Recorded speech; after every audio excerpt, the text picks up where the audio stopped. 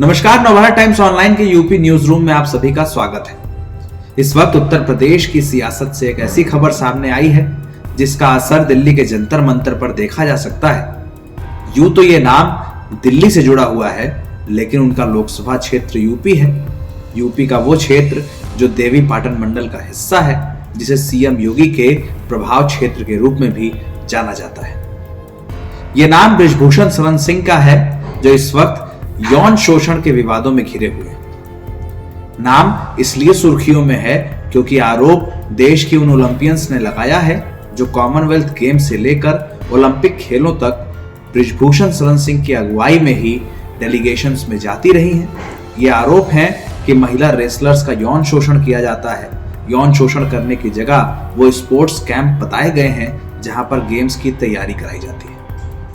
लेकिन इस पूरे मामले की टाइमिंग को लेकर सोशल मीडिया से लेकर तमाम बीजेपी समर्थकों ने कई सवाल खड़े किए हैं। लोगों का कहना है कि बृजभूषण शरण सिंह के खिलाफ जो भी आरोप लगाए गए हैं वो राजनीतिक भावना से प्रेरित है।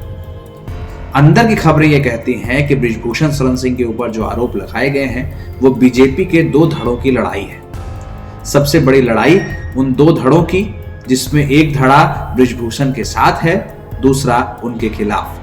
राजनीतिक दुर्भावनाओं से ग्रसित होने का आरोप लगाते हुए बीजेपी के तमाम समर्थकों ने यह बात कही है कि बृजभूषण शरण सिंह पर जो आरोप लगाए गए हैं उसकी टाइमिंग मोदी सरकार के प्रस्तावित मंत्रिमंडल विस्तार के पहले की है। अब इस पूरे मामले को देखें तो यह समझ में आता है कि यह पूरा सीन बना कैसे। दिल्ली में तमाम ओलंपियंस ने आरोप लगाया कि बृजभूषण शरण सिंह ने कई स्पोर्ट्स कैंप में महिला खिलाड़ियों का यौन शोषण किया है। बीजेपी के समर्थकों का कहना है कि अगर ऐसा था तो ये बात पहले क्यों नहीं कही गई। दूसरा सवाल ये है कि बृजभूषण शरण सिंह को इस वक्त क्यों परेशान किया जा रहा है। अतीत में तमाम पृष्ठभूमि जोड़ी जा रही है।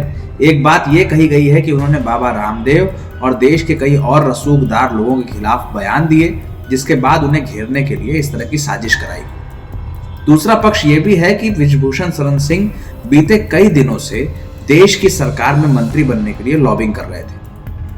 ऐसे वक्त में जब उत्तर प्रदेश से 3 मंत्रियों को केंद्रीय मंत्रिमंडल में जगह देने की बात कही जाने लगी, बृजभूषण शरण सिंह का नाम इस लिस्ट में प्रमुखता से आया और इसके बाद उनके ऊपर यह आरोप लगाए गए कि वो यौन शोषण करने में शामिल रहे।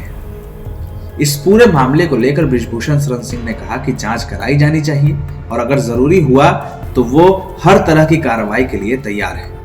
लेकिन सभी ने यह कहा है कि बृजभूषण जो कि केंद्र में मंत्री बनने के लिए लॉबिंग कर रहे थे, ये पूरा मामला इसलिए भी उठाया गया ताकि उनके राजनीतिक करियर पर सवाल लगाए जा सके। यह भी कहा जा रहा है कि बृजभूषण शरण सिंह लंबे वक्त से दिल्ली में केंद्रीय नेतृत्व के संपर्क में थे, बीजेपी के तमाम नेताओं के संपर्क में थे और वो इस तैयारी में थे कि केंद्र सरकार में खेल मंत्रालय किसी तरह से उनके पास आ जाए।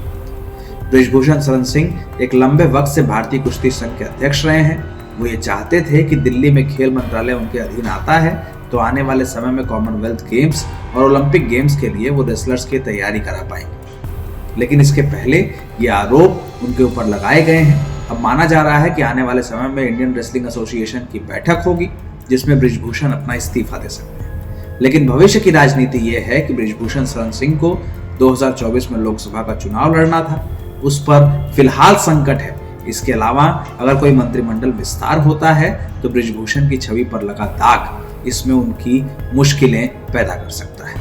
आने वाले वक्त में क्या होगा ये सब जांच का विषय है। महिला खिलाड़ियों ने जो बात कही है वो बेहद गंभीर है और उसकी एक गहन जांच कराने की आवश्यकता है। लेकिन बृजभूषण शरण सिंह के ऊपर जो आरोप लगे हैं वो ये बात जरूर बताते हैं कि अगर ये राजनीति से प्रेरित हैं तो देश में खेल बिरादरी के ऊपर किस तरह का असर पड़ेगा।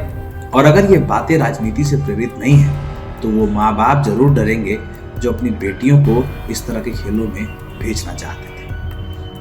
उत्तर प्रदेश की और बड़ी खबरों के लिए फिर से हाजिर होंगे। देखते रहें नवभारत टाइम्स।